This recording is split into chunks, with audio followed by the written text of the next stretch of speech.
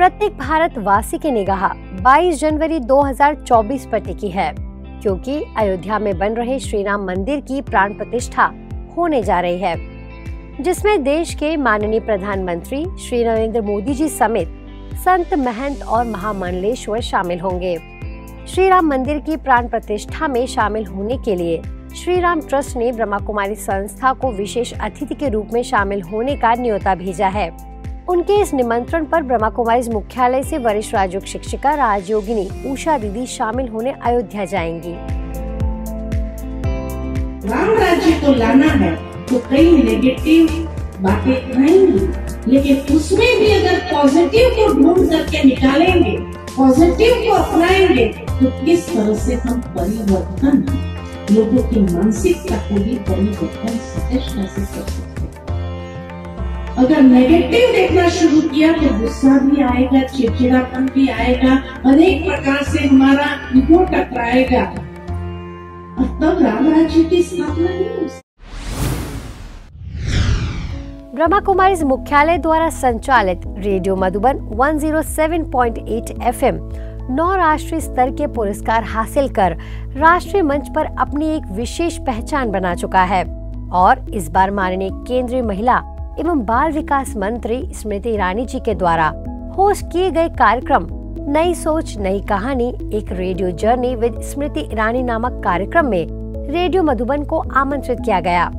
वैसे तो रेडियो मधुबन खुद कई चर्चित लोगों का इंटरव्यू करता रहा है, लेकिन इस बार खुद स्मृति ईरानी जी ने रेडियो मधुबन का इंटरव्यू कर कार्यक्रम प्रभारी कृष्णा बहन से मूल्य आधारित रेडियो कार्यक्रम बनाने और प्रसारित करने पर रेडियो मधुबन की सफलता के बारे में चर्चा की, जिसमें कृष्णा बहन ने इस बात पर प्रकाश डाला कि कैसे मीडिया के शोर के इस युग में रेडियो मधुबन उत्थान और प्रेरणादायी कंटेंट प्रदान करना जारी रखता है।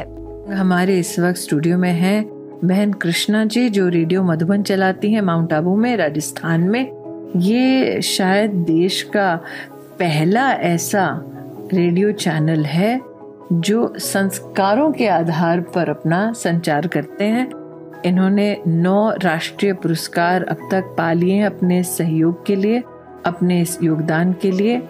कृष्णा जी, जब आप प्राइवेट रेडियो चैनल सुनते हैं, डिस्को के गाने, तू तड़क की भाषा, कुछ लोग परेशान हैं, कुछ हैरान हैं, कुछ मस्ती के मूड में हैं, ऐसे ज़माने में संस्कार वाला रेडियो चैनल चलाना कितना मुश्किल होता है?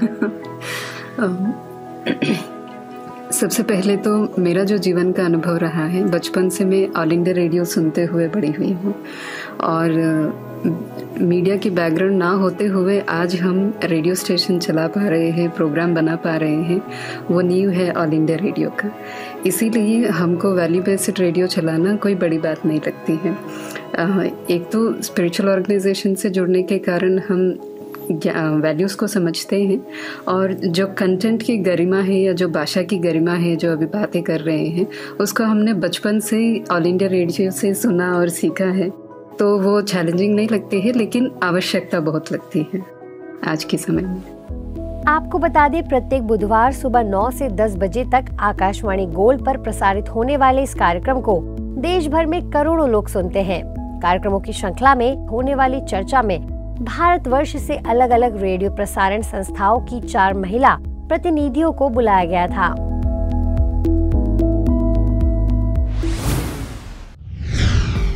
डोंबिवली सेवा केंद्र का 48वां वार्षिक महोत्सव बड़े ही धूमधाम से मनाया गया। डोंबिवली सेवा केंद्र प्रभारी और घाटकोपर सब जोन की सह प्रभारी पीके शकू दीदी जी के साथ घाटकोपर सब जोन प्रभारी राजयोगिनी बीके, डॉक्टर नलिनी दीदी, विष्णु बहन तथा अन्य टीचर बहनें उपस्थित रहे। कार्यक्रम की शोभा बढ़ाने विशेष अतिथि radiography president of Maharashtra state doctor Prashant Patil, south Indian college के एसोसिएट प्रोफेसर एवं orthopaedic surgeon doctor VM Shetty, Karnataka संघ अध्यक्ष दिवाकर शेट्टी सहित घाटकोपर संबंधित सेवा केंद्र से करीब 1000 की संख्या में भाई बहनें उपस्थित थे।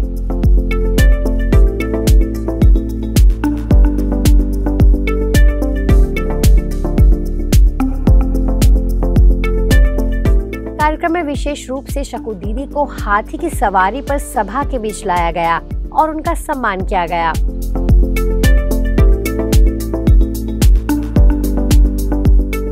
बाद शिव मुद्रा नृत्यालय द्वारा स्वागत नृत्य प्रस्तुत किया गया। स्वागत नृत्य के बाद नलिनी दीदी तथा शकु दीदी द्वारा आए हुए अतिथिगणों का सम्मान चिन्ह एवं प्रसाद देकर गौरव किया गया। कार्यक्रम का समापन कैंडल लाइटिंग एवं केक कटिंग करके हुआ।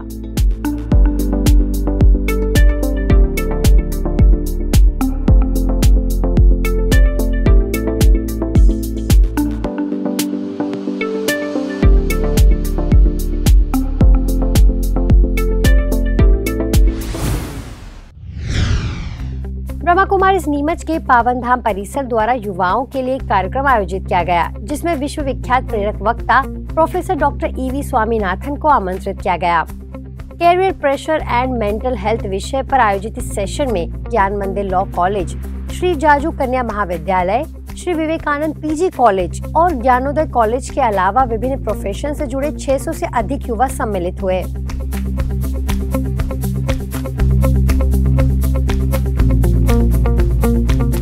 ऐसे ही पावन धाम परिसर में जॉयफुल डे रेस्टफुल स्लीप विषय पर भी कार्यक्रम आयोजित किया गया, जिसमें नीमच विधानसभा विधायक श्री दिलीप सिंह परिहार का डॉक्टर स्वामीनाथन ने गुलदस्ता भेंट कर अभिनंदन किया। साथ ही नगर के प्रमुख नागरिकों, केंद्र सरकार के विभिन्न विभागों के उच्च अधिकारियों, प्रमुख सामाजिक कार्यकर्ताओं और चिकित्सकों को भी आमंत्रित किया गया। सेशन में स्वामीनाथन भाई ने कहा कि दिन और रात का आपस में गहरा जुड़ाव है। यदि हमारा प्रातः काल से रात्रि तक दिन अच्छा व शांति से बीता है तो रात को भी गहरी नींद आएगी। अंत में उन्होंने सभी को कुछ देर राज्यों की अनुभूति भी कराई। महाराष्ट्र के लातूर सेवा केंद्र द्वारा किसान दिवस मनाया गया। इस कार्यक्रम के लिए लातूर कृषि महाविद्यालय के प्राचार्य डॉक्टर ठोंबरे, उदगीर के कृषि अधिकारी संजय नाबदे, ब्रह्मा कुमारी सेवा केंद्र लातूर की संचालिका बीके नंदा दीदी तथा अन्य किसान भाई बहनें उपस्थित रहे। प्रजापिता ब्रह्मा कुमारी ईश्वरीय विश्वविद्यालय की कृषि एवं ग्राम विकास प्रभाग द्वारा एक आध्यात्मिक खेती पद्धति विकसित किया गया है, जिसे शाश्वत यौगिक खेती परियोजना का रूप दिया गया है, जिसमें किसानों के जीवन स्तर को ऊंचा उठाने के लिए भारत की ऋषि कृषि परंपरा को पुनर्स्थापित करने का क्रांतिकारी कदम है। इसमें परंपरागत जैविक खेती के साथ राजयोग का समावेश किया गया है। यह एक ऐसी कृषि पद्धति है जिसमें मन को परमात्मा से जोड़कर राजयोग की शक्ति का प्रयोग जीव जंतुओं, पेड़ पौधों पर करते हुए चैतन्य ऊर्जा के प्रकंपनों से चार्ज किया जाता है। इस प्रकार से शुद्ध पौष्टिक अनाज, फल तथा सब्जियों का उत्पादन किया जाता है। यौगिक खेती पद्धति जीवन जीने की कला सिखाती है, जिसमें अनेकों किसानों ने अपना जीवन परिवर्तन किया है। इससे उन्होंने व्यसनों, बुरे संस्कारों, सामाजिक कुरीतियों तथा कर्ज मुक्त होकर फिर से अपना खोया हुआ आत्मसम्मान प्राप्त किया है। इस योजना के माध्यम से अन्न व मन की शुद्धता, श्रेष्ठ सुखमय जीवन का निर्माण संभव है। इससे हमारा भारत फिर से स्वर्णिम बनेगा। कैमरामैन किशोर के साथ मैं BK Kanchan, peace of mind TV channel के लिए लातूर, महाराष्ट्र से। बीके नंदा दीदी ने सभी आए हुए किसानों का फूल और तिलक द्वारा स्वागत किया और बीके प्रहलाद भाई ने शाश्वत यौगिक खेती में खुद के अनुभव साझा किए। ब्रह्मा कुमारी विद्यालय के एक संकल्प है कि गोकुल गांव कैसा हो, गोकुल जो कृष्ण का गांव था वैसा हमारा गांव हो, हमारा जीवन हो। अब यौगिक खेती क्या होती है? यौगिक खेती और दूसरा कोई नहीं है।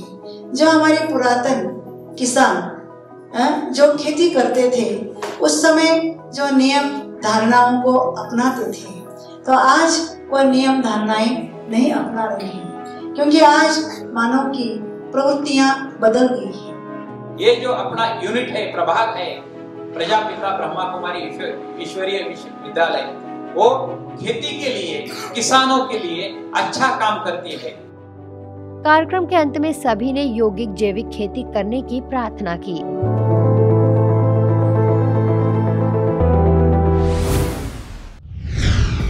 गुजरात के मेहसाणा में स्थानीय सेवा केंद्र द्वारा भव्य कार्यक्रम आयोजित हुआ, जिसमें बीके भाई बहनों ने बैंड बाजे के साथ पैदल चलते हुए भव्य शोभा यात्रा निकाली, जिसमें अर्जुन और श्री कृष्ण का रथ मुख्य आकर्षण का केंद्र रही। दरअसल श्रीमद् भगवद गीता का व्यवहारिक स्वरूप इस 5 दिवसीय व्याख्यान के अंतर्गत कार्यक्रम का आयोजन किया गया, जिसमें मुख्य वक्ता मुख्यालय से गीता ज्ञान विशेषज्ञ बीके उषा दीदी ने अर्जुन का विषाद योग, वर्तमान समय में भटका हुआ मानव विषय पर गहराई से प्रकाश डाला। गीता के अंदर वो तत्व है जो कैसा भी व्यक्ति डिप्रेस्ड हो गया हो, ना उम्मीद हो गया हो, हिम्मतहीन हो गया हो, निराश हो गया हो, उदास हो गया, हताश हो गया हो, उसको मोटिवेट करने की ताकत है कि 45 मिनट में उसको फिर से खड़ा कर दिया जाए।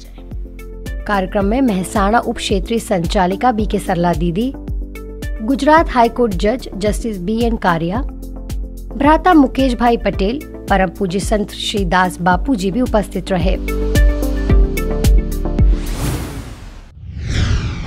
आज के बुलेटिन में फिलहाल इतना ही। अब लेती हूँ आपसे इजाजत। नमस्कार। ओम शांति।